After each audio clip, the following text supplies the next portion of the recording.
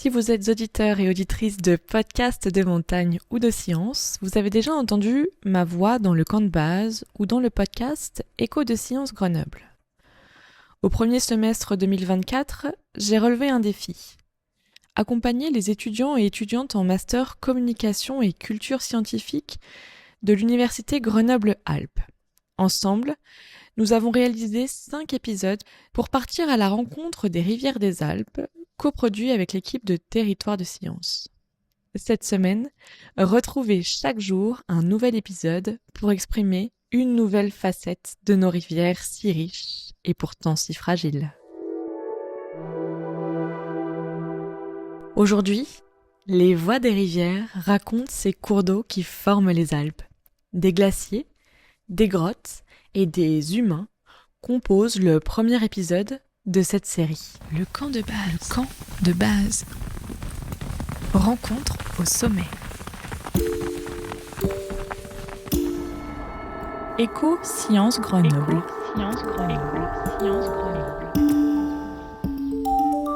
2. 1, 2. Vous m'entendez ? Ici les Alpes. 1, 2. Ah, c'est bon, vous m'entendez. Excusez-moi, ça fait longtemps qu'on se connaît, vous et moi, mais c'est toujours complexe de discuter avec vous, les humains. Ah si, ça fait longtemps. Des archéologues ont retrouvé des traces de votre passage chez moi qui remontent à plusieurs dizaines de milliers d'années. Alors, je suis Sébastien Nielou-Muller, je suis archéologue de formation et actuellement chargé d'études et de recherche à la conservation départementale du patrimoine de la Savoie. Déjà, les cours d'eau occupent souvent des fonds de vallées. Ces vallées et ces cours d'eau, en fait, conditionnent toutes les implantations humaines. C'est parce que vous avez des vallées que vous avez des coteaux et que vous avez en fait des espaces qui sont propices aux circulations et aux échanges en fait de différentes natures. Donc des échanges culturels, commerciaux, les déplacements en fait des communautés humaines. Et ensuite, les cours d'eau, ils permettent de circuler et puis de transporter souvent en fait des matières pondéreuses, par exemple des grumes d'arbres ou des éléments en fait qui sont un peu lourds qu'on laisse flotter, qui vont descendre en fait et suivre le cours de l'eau et qu'on peut comme ça échanger avec d'autres communautés. Donc on se déplace beaucoup grâce à ces cours d'eau et c'est ce qu'on voit en fait quand on regarde les récits des voyageurs anciens. Vous avez un réseau hydrographique, vous avez des cours d'eau qui sont là parce que vous avez des glaciers, la fonte des neiges, des sources, des résurgences. Et les communautés humaines, elles vont un peu s'adapter à cet environnement. Par la suite, avec le développement notamment des véhicules motorisés, on va créer d'autres axes de circulation et on va se détourner un petit peu de ces cours d'eau. Les aménagements humains de ces cours d'eau, on les documente à partir du néolithique, de l'âge du bronze. Donc ça vient contrebalancer la vision qu'on avait, qu'il ne se passait rien avant la période romaine, voilà, cette idée du romain civilisateur qui aménage le territoire. Alors clairement, on voit que les interventions humaines, elles ont un impact majeur en fait. Si on prend l'exemple de l'Isère, dans toute la combe de Savoie, on voit qu'on a un chenal sinueux, et après avec tous les aménagements qu'on va faire au XVIIIe et XIXe siècle, on va créer un chenal rectiligne, mais parfaitement rectiligne, ce qui va causer en fait quelques soucis en cas de débit trop important. Et là, on va en profiter pour aménager finalement toute la plaine d'inondation du fleuve pour les cultures en fait. Mais c'était la zone d'expansion de l'Isère. Donc c'est ce qui permettait de ralentir le cours d'eau et surtout décréter les crues. Et pour l'Isère, on a Grenoble qui a été quand même la victime de crues célèbres.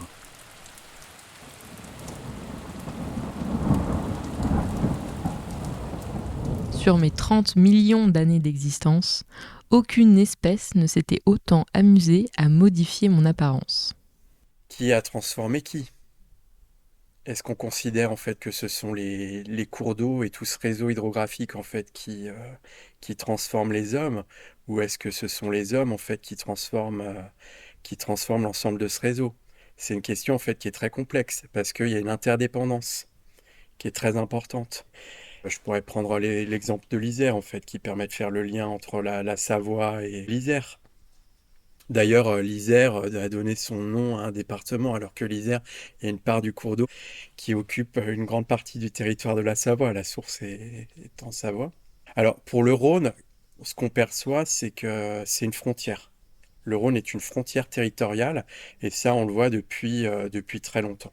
Aujourd'hui, c'est une frontière encore administrative, et dans l'Antiquité, c'était une frontière en fait entre différents peuples. Donc un fleuve frontière et un fleuve frontière qui posait quelques problèmes puisque cette frontière, elle pouvait se déplacer. Ça a un impact sur des communautés humaines. Vous pouvez avoir des conflits. Alors l'autre aspect, c'est l'aménagement de ces cours d'eau, notamment bah là, toujours pour le Rhône. On va essayer de stabiliser cette frontière à l'aide d'aménagements humains. Donc on va créer en fait des barrages. Si vous construisez un barrage à un endroit, ça va mécaniquement avoir une influence en fait sur le cours de l'eau. Ce qui va protéger votre rive d'un côté va venir grignoter la rive du voisin et donc lui il va pas être content. Donc là ça va être source de conflit. Mais là encore une fois c'est plutôt le cours d'eau qui agit avec un impact humain.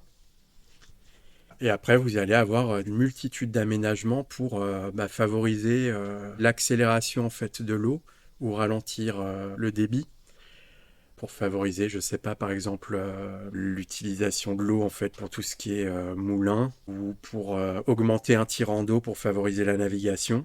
Et après, il y aura les mêmes interventions pour l'hydroélectricité. Bon, les modifications auxquelles vous me soumettez sont certes visibles, mais elles touchent surtout la vie que j'héberge. Il y a 30 millions d'années, les plaques continentales africaines et européennes entrent en collision. Leur rencontre me donne naissance à moi, les Alpes. Elles forment mes premiers sommets, comme le Mont Blanc et la chaîne de Beldon. Puis, 18 millions d'années plus tard, des chaînes de montagnes, près du Jura et de Digne. Mais il n'a pas suffi que ces plaques se rencontrent pour faire de moi les Alpes. Les changements que j'ai vécus dans ma roche sont principalement l'effet du temps et de l'eau.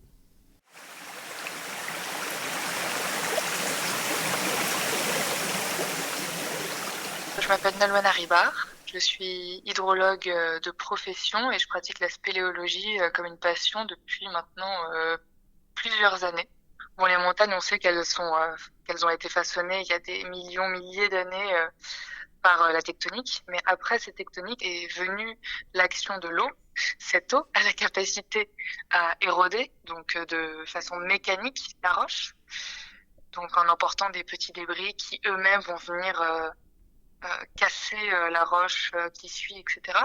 Mais l'eau peut également dissoudre, ce qui peut nous valoir les vallées, ce qui nous vaut par ailleurs les vallées que l'on trouve dans les montagnes, les gorges typiquement, et tout type de formations géomorphologiques que l'on trouve à la montagne. Donc si la tectonique a un impact important, il ne faut pas oublier que l'eau a façonné de manière un peu plus précise nos montagnes, nos monts et nos causses, comme on peut avoir en France. Sous terre, c'est un peu la même chose, c'est-à-dire que la rivière va s'infiltrer et en fonction de son débit, de l'inclinaison de la pente, de l'espace dans lequel elle est contenue, elle va pouvoir créer un modelé de la galerie. L'eau va également pouvoir augmenter l'espace de discontinuité et pouvoir créer une instabilité dans la montagne. C'est pour ça d'ailleurs qu'on trouve des salles avec des effondrements ou des éboulements et qu'on trouve des chaos rocheux très importants. Donc cette eau peut avoir un impact très grand et peut aussi avoir un impact tout petit, c'est-à-dire que la goutte ou les gouttes vont pouvoir créer des formations donc stalagmitiques ou stalactites dans nos grottes ou des perles des cavernes comme on appelle, c'est lorsque l'eau viendra taper à répétition un grain de sable, un petit caillou et va venir déposer autour de cet élément de la calcite et créer une forme tout à fait ronde et est très, très belle à voir pour les spéléologues.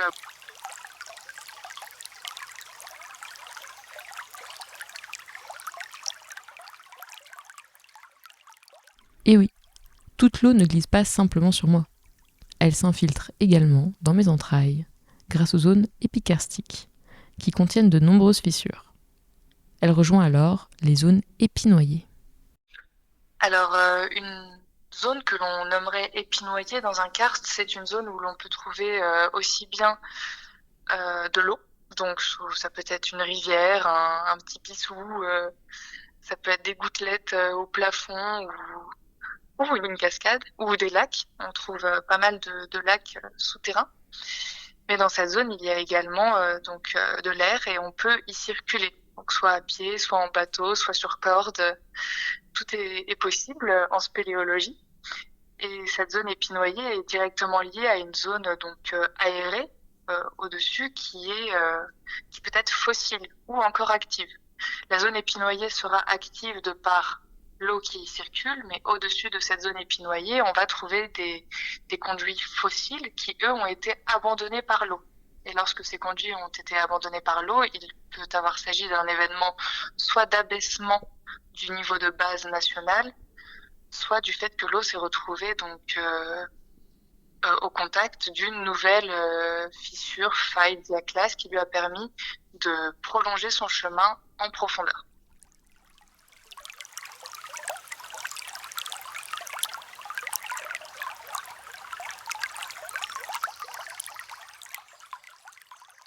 En quittant mes zones épinoyées, l'eau va rejoindre mes rivières, soit en passant directement par une source, soit en passant par une zone noyée, qui l'amènera là encore à une source appelée exurgence ou résurgence.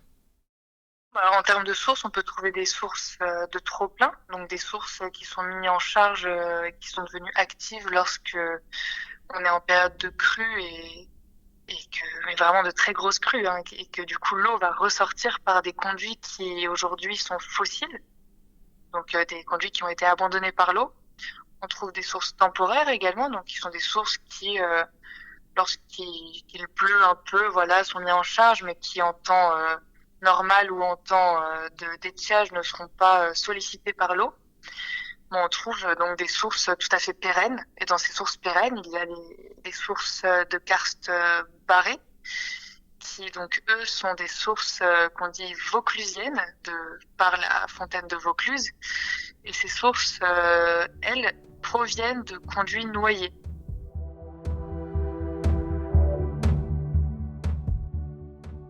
Maintenant que vous connaissez le parcours de l'eau, voyons un peu plus en détail comment elle agit en fonction de mes roches.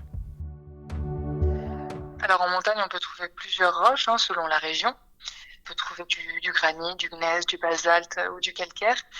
Et c'est vrai que nous, en spéléologie, on a plus l'habitude d'être au contact de calcaire, bien qu'il existe des tunnels de lave ou d'autres cavités dans d'autres types de roches. Mais nous, on va côtoyer donc le calcaire qui appartient, lors de la spéléologie, à des systèmes karstiques.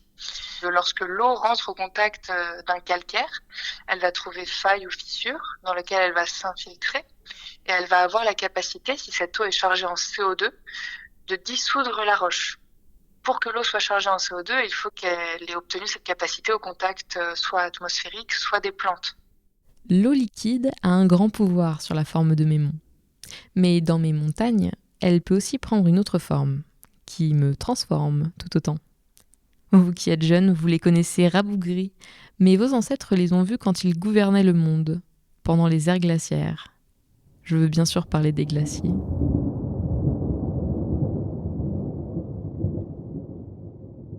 Je m'appelle Delphine Six, je suis enseignante à l'université et je suis responsable de l'Observatoire des glaciers en France. Alors un glacier, c'est un stock de neige qui petit à petit se transforme en glace, qui s'écoule des parties hautes des montagnes vers le bas. Et puis en hiver qui accumule de la neige, en été qui va fondre et apporter de l'eau à nos rivières.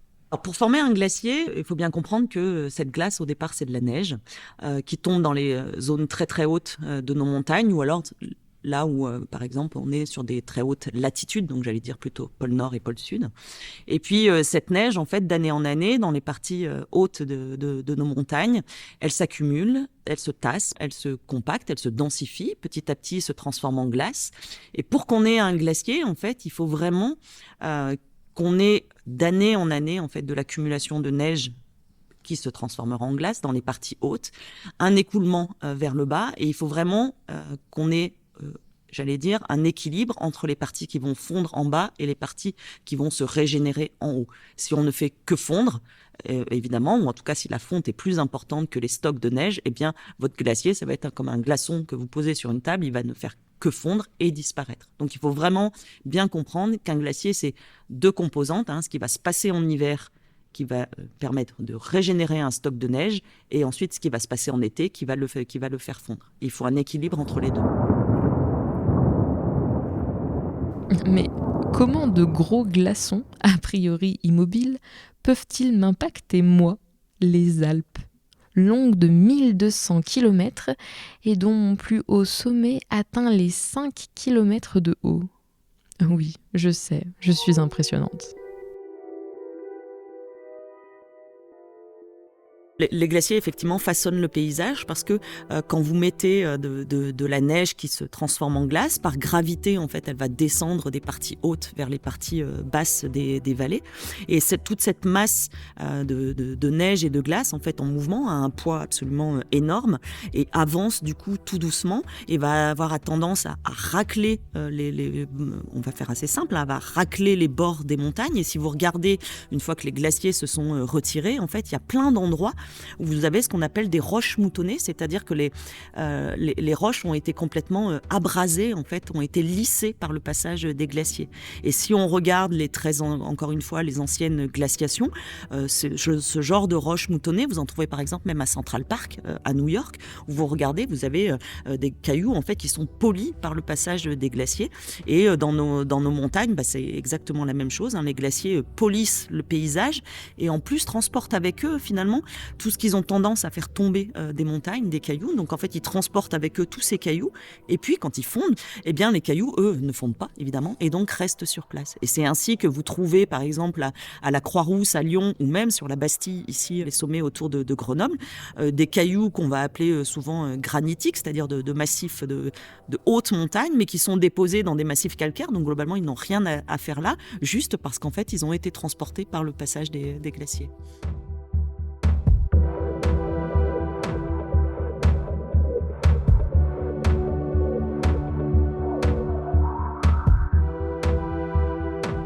Bon, à ce stade, vous l'avez compris. L'eau, c'est un peu mon exfoliant naturel à moi.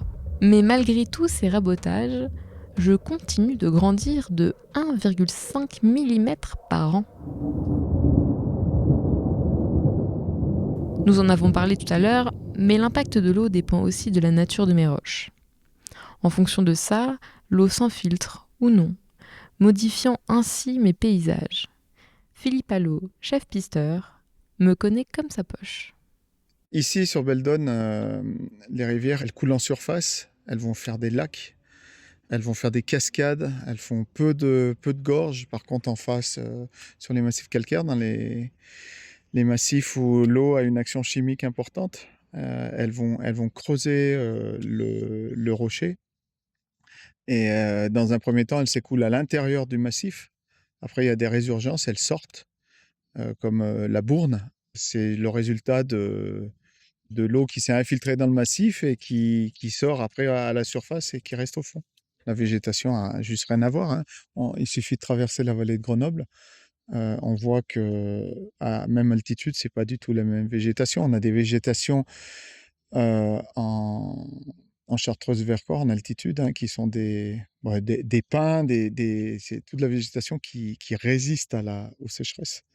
Et ces arbres, ils se sont adaptés. Ils ont des réseaux racinaires très profonds qui vont dans toutes les fissures du rocher pour essayer de capter l'eau.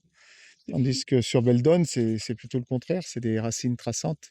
C'est tout des racines en surface qui vont chercher l'eau. De toute façon, le rocher ne permet pas de creuser.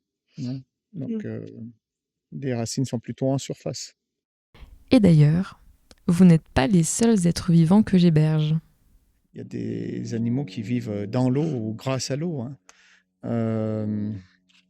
Après, il y a d'autres animaux qui vivent en haute montagne. C'est surtout la rosée qui fait que les animaux s'hydratent le matin en broutant. Parce on le voit, hein, dans Beldon, il y a très peu d'eau à part les lacs. Et les bouquetins, en fait, les chamois, en mangeant l'herbe humide, ils arrivent à capter de l'eau aussi. Les animaux vivants dans mes hauteurs dépendraient de mes rivières ? Il faudrait que vous enquêtiez là-dessus, dans le prochain épisode de ce podcast. Ce premier épisode de la série Les Voix des rivières est terminé pour aujourd'hui. Il a été réalisé par Luna Briand et Leila Dufresne avec le concours d'Émilie du camp de base pour le mixage.